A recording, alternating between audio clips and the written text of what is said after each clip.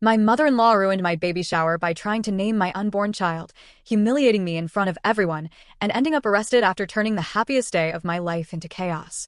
My mother-in-law completely lost her mind during my baby shower, tried to name my unborn child, insulted me in front of everyone, and ultimately got arrested after causing an enormous scene. I'm a 29-year-old woman married to my amazing husband Gary, and I'm currently expecting our first baby. This has been an incredibly thrilling adventure for us both. Gary and I have been a couple for many years and tied the knot 4 years back. We've been attempting to conceive since the previous year and felt absolutely elated when we learned about my pregnancy 6 months ago. We've handled life's challenges and victories together, and discovering we had a little one coming brought tremendous joy to our marriage. Each passing day brings us closer to welcoming our tiny miracle, and our excitement is beyond words. Pregnancy has been an emotional whirlwind for me, from the initial excitement of the discovery to those magical moments when you feel your baby's first movements in your belly. Gary has been my constant support through everything. He's attended every medical appointment with me, we study parenting guides together, and he's even been helping create an adorable nursery for our soon-to-arrive bundle of joy. We're completely immersed in baby preparations now, discussing potential names, decorating the nursery, and making future plans. Gary is incredibly enthusiastic about becoming a father, and watching his excitement fills my heart with warmth. He's fully committed, sharing all the responsibilities of preparing for our baby's arrival. We're tackling both the difficulties and wonderful aspects of pregnancy as a team, savoring each moment as we prepare to welcome our little miracle. 2 months prior, we decided the time was right to announce the wonderful news of my pregnancy to our families. We made certain we had passed the critical first trimester marker and felt completely confident before sharing our happiness with our loved ones. We invited all our parents, close relatives, and friends for a meal. They came expecting an ordinary gathering, but when they noticed my expanding belly, their faces transformed to show delight and wonder. My mother began weeping when she saw me and confirmed I was truly expecting. She comprehended why we had maintained secrecy about the news and felt thrilled about becoming a grandmother soon. She fully grasped our reasoning for keeping it private and shared her enthusiasm about her upcoming grandparent role. However, Gary's mother Barbara responded completely differently. Rather than joining in our happiness, she reacted with fury upon discovering we had concealed the pregnancy. She felt excluded and blamed me specifically for deliberately shutting her out. Despite my efforts to clarify our reasoning, she remained visibly angry and refused any further interaction with me. Her disapproval overshadowed what should have been a celebratory family moment. Throughout the evening, Barbara completely ignored me. She showed disrespect not only toward me but also toward my mother, who had always treated her with kindness during their previous meetings. Barbara stayed unengaged during conversations, buried in her phone while everyone else participated in the family celebration. It was obvious she was upset, and her dissatisfaction was clearly felt by everyone present. She openly told everyone how she had no knowledge of my pregnancy, making her feel like she had missed valuable time with a grandchild who wasn't even born yet. My husband and one of his siblings noticed her frustration as the situation became more tense. I reached my limit and decided to step outside briefly to collect myself. My mother, who saw my distress, came to console me until I felt ready to rejoin the gathering. As the evening concluded, Barbara made a point of saying farewell to me last, after receiving disapproving looks from my husband's sister and parents throughout the day. She barely exchanged more than a greeting and goodbye with me. Later, my husband escorted them to their car where they had a heated discussion that I could clearly hear from the entrance hall. Barbara used this opportunity to voice more complaints about me, further intensifying the already strange situation. Fortunately, all our guests had departed by this time, leaving only me, my parents, Gary, and his parents. She angrily expressed to him that she couldn't believe I had the nerve to hide this pregnancy from her and that I didn't consider family important at all. My husband calmly explained that both he and I had decided to wait until we were past the risky period and everything was stable before telling everyone. Upon hearing this, Barbara began shouting. Here's how their discussion unfolded. Barbara, this concerns our grandchild. I have the right to know from the start. Gary, Mom, it's not about rights. It was a mutual decision we made. She simply wanted to be careful. Barbara, careful? I'm her mother-in-law. She should have trusted me with this information. This is entirely her doing. This is when my husband reached his breaking point. Until this moment, he had controlled himself, but hearing his mother continue blaming me, I watched his face redden with anger. He firmly told his mother that he also didn't want to share the news yet, so if she was going to blame me, she should blame him equally. He went on to tell her she needed to move past this and stop overreacting. Barbara told him he should open his eyes because he was allowing me to control everything, and as his mother, she should have been first to know about her son having a grandchild. My husband maintained his position and asked her to stop attacking me, saying he loved her, but she needed to leave and calm down before saying something she'd regret later. As Barbara stormed off, leaving my husband standing there clearly frustrated and disappointed with his mother's behavior, I was unaware of the tears flowing down my cheeks. The harshness of her comments had left me wounded and confused. Gary, quickly noticing my distress, hurried to comfort me and gently led me back inside. My parents, sensing the tension, thoughtfully remained until I felt emotionally stable and reassured. Barbara didn't stop there. Later that evening, I received a text from her, and my anxiety increased anticipating what it might contain. Her message stated, "I must express my deep disappointment in you. You deliberately withheld significant information from me, and I find this completely unforgivable. I cannot believe you would deny me the happiness of knowing about my grandchild from the beginning. This is not how families should function, and I consider it disrespectful and hurtful. Rather than apologizing for your childish behavior, you are now creating division between my son and me. You should be ashamed of yourself." Her words pierced through me, and I felt a combination of anger and pain. I showed Gary the message, and he was extremely upset.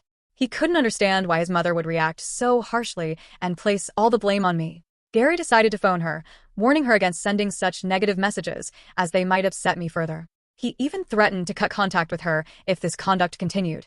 Gary's words and angry tone seemed to affect Barbara. Faced with the prospect of being cut off, she changed her approach. Instead of accepting responsibility for her role in the conflict, she suggested a solution. She claimed the only way she could forgive us for what she saw as an offense was if we permitted her to host a baby shower for us. This unexpected development left us both surprised and doubtful about her intentions. She continued pleading about how nothing would bring her greater happiness than organizing a grand celebration for me and her grandchild, where she would handle everything. Gary looked at me questioningly, but I remained suspicious of her sudden change in attitude. To me, Barbara's sudden shift seemed more like a strategic maneuver to regain control and establish her authority rather than a sincere attempt at making peace. Despite my hesitations, Gary, always seeking middle ground and wanting to maintain harmony, considered accepting her proposal. I shared my worries with Gary, emphasizing that accepting her offer might only reinforce her belief that her behavior was acceptable. Gary understood my viewpoint but told me he hoped that allowing his mother to organize a baby shower for me could help us repair our relationship and establish a more peaceful family atmosphere before the baby's arrival. I reluctantly agreed, and Gary informed his mother she could proceed with planning my baby shower. She was delighted and expressed appreciation for allowing her to take charge. Despite giving her this responsibility, I had assumed there would be some level of cooperation where she would ask for my input and consider my preferences for my own celebration. With the event still a month away, I expected more detailed planning discussions to occur in the following week. However, to my dismay, I learned that my mother-in-law had gone completely rogue. She took it upon herself to buy all the decorations, select the games, and plan activities without consulting anyone, including me. When my mother contacted her to discuss the baby shower, my mother-in-law simply told her that everything had been decided, and it would be a surprise for me. The absence of communication and consideration left me feeling discouraged and frustrated, as the event meant to celebrate a happy occasion was now being organized without any regard for my preferences or desires. On my baby shower day, the atmosphere was filled with a mixture of excitement and tension. I arrived at the location, a local banquet hall, surrounded by my dear friends who were enthusiastic about celebrating our little one's upcoming arrival. As I entered, I couldn't help but notice the outrageous decorations my mother-in-law had selected. A sea of brown and beige balloons filled every corner, representing a theme that was entirely her vision. I absolutely despised the decoration as it looked like a misguided safari theme gone horribly wrong. The overwhelming presence of brown and beige conflicted with the vibrant atmosphere I had pictured for the celebration. I had imagined soft pastels and gentle touches for my baby shower, but clearly my mother-in-law had chosen the complete opposite direction. The tension escalated when my eyes spotted a striking display near the entrance, an enormous banner featuring an elaborate montage of my husband's baby photos with Barbara. Everyone looked at it puzzled, as we couldn't comprehend why she would choose to showcase my husband's baby pictures during my baby shower. I looked at her questioningly and she laughed it off, saying she expected our baby to look exactly like my husband and was very proud of how adorable my husband was as a child, so she wanted to display it for everyone. I stared at her, trying to understand if she had actually lost her sanity. It was obvious she was determined to make the day more about her own experiences as a mother than about the upcoming addition to our family. As more guests started arriving, their expressions varied from confusion to polite discomfort. Looking around the room, the sea of brown and beige balloons combined with a towering banner showcasing my mother-in-law and my husband created an atmosphere that was far from the elegant and joyful ambience I had envisioned for my baby shower. I exchanged apologetic looks with some of my friends who clearly understood my feelings. When my mother entered, her eyes widened in shock, observing the complete disaster my mother-in-law had created at the venue. Her eyes then focused on the banner, and I could sense her disbelief at the audacity of displaying a collage that, instead of celebrating my baby's arrival, seemed more like an exhibition of my husband's childhood. In a courageous move, my mother walked over to the banner, her expression changing from disbelief to determination. Without saying a word, she firmly grasped the banner and decisively removed it from its prominent position. The room became quiet, and everyone's attention turned toward my mother as she carried away the intrusive display that had overshadowed the celebration. I couldn't help but feel a wave of gratitude toward my mother for her unwavering support. My mother-in-law, who was busy chatting with other guests, looked horrified watching my mother throw the banner into the trash bin. In a disapproving tone, she asked, "What do you think you're doing?" That banner was a special touch to celebrate the baby and the family. My mother, undaunted by the disapproval, responded with a firm yet calm voice, "This celebration is about my daughter and her baby, not a showcase of your personal accomplishments." The guests around them were drawn to this unexpected confrontation. My mother-in-law, sensing the attention had shifted, tried to regain control of the situation. "Well, I thought it would be nice for everyone to know who's responsible for this beautiful event. As I was responsible for organizing this lovely celebration, I wanted everyone to see how cute Gary was as a child," she replied, attempting to hide her irritation. Undeterred, my mother continued, "Barbara, you begged my daughter to let you organize this baby shower after how you treated her last time. This is my daughter's baby shower, not a platform for your personal agenda or attempt to steal the spotlight." The room grew quiet as the exchange continued, with guests glancing at each other uncomfortably. My mother-in-law, realizing her attempt to control the narrative had failed, retreated with a forced smile and returned to her conversations with other guests. The baby shower continued after that, with me trying my best to focus on the positive energy from my friends and family despite the tension that lingered throughout the event. I thought there would be no more surprises from my mother-in-law, who seemed to be drinking a bit too much for a baby shower, but there was nothing I could say to her anyway. We played various party games, and the guests seemed to gradually start enjoying themselves. Then it was time for the gift opening session, and I was pleasantly surprised by everyone's thoughtful presents for my baby. However, my anticipation turned to bewilderment as my mother-in-law handed me a conspicuously large gift box with an exaggerated grin on her face. The room fell silent, and I felt a mixture of embarrassment and frustration. My mother looked at her angrily. The guests exchanged awkward glances, unsure of how to respond to this unexpected development. In an attempt to ease the tension and avoid creating more conflict, I managed a weak smile and thanked her for the thoughtful gift, all while suppressing the urge to roll my eyes. The situation escalated further when it was time for the cake-cutting ceremony. My mother-in-law had ordered an extravagant tiered cake with over-the-top decorations. She made a big production of it, clinking her glass to get everyone's attention. I was getting quite annoyed, wondering what she was planning now. We all looked at her curiously and waited for her to speak. Barbara then announced that she had come up with the perfect name for our baby girl. I froze hearing her words. Keep in mind that we hadn't even decided on a name ourselves. She proudly declared that the baby would be named after her great-grandmother, with a name that seemed straight from a Victorian novel. I was shocked and somewhat irritated that she assumed she had naming privileges. I stepped in politely, explaining that my husband and I wanted to choose our baby's name together. It was a decision we wanted to make as parents. However, my mother-in-law wasn't accepting any of it. She insisted that she had the perfect name, and if I was a good daughter-in-law, I should accept it since she had spent so much money on the baby shower. I was shocked at her sense of entitlement. I firmly stated that only my husband and I had the right to name our baby, and regardless of who hosted the baby shower, this decision was ours alone. That's when my mother-in-law started screaming at me in front of everyone, claiming I was extremely disrespectful and should be grateful for all she'd done. She went on to criticize my upbringing, insisting I should be thanking her instead of denying her the right to name the baby. Barbara became increasingly aggressive, pointing her finger at my face. My mother stepped in, standing in front of me as protection. Barbara continued shouting, asserting herself as the real mother of my baby since she gave birth to my husband, and it was his sperm that got me pregnant. Her words were truly revolting to hear. Despite my mom's attempt to stop Barbara's nasty comments, she just became angrier. She kept insulting me and said my mom did a terrible job raising me. It was clear she had too much to drink, and trying to reason with her was useless. The whole situation was deteriorating, making everyone uncomfortable. Slowly realizing the escalating situation, I decided I had endured enough humiliation. Trying to preserve some dignity, I decided to leave with the gifts my friends had generously brought, leaving behind the present my mother-in-law had given me. However, Barbara, in her intoxicated state, grabbed the gifts back from my hands and threw them to the ground, accusing me of being ungrateful and a witch who was coming between her and her son. The tense atmosphere attracted more attention, and I noticed some people beginning to record the incident. In an effort to contain the chaos, I asked one of my close friends to politely request people to leave the event. Barbara, undeterred, continued hurling nasty accusations at me, creating a scene no one could have expected when they arrived for what was supposed to be a joyous occasion. Frustration turned to anger, and as a final resort, I decided to call the police to remove her from my vicinity, as I was beginning to feel extremely unsafe with her aggressive behavior. Yes, you read that correctly. I had to involve law enforcement at my own baby shower because of my toxic mother-in-law. When the officer arrived, Barbara went into full drama mode, pointing fingers at me and portraying me as the mastermind behind the chaotic event. The police, thankfully, were understanding and attempted to reason with her. However, being intoxicated, my mother-in-law resisted their efforts and even started yelling at the police, which didn't work in her favor. The situation escalated to the point where she was arrested on the spot. I left the event with my mother and close friends, all of us shaken by the disturbing incident. Since this incident, my husband and I have been dealing with the aftermath.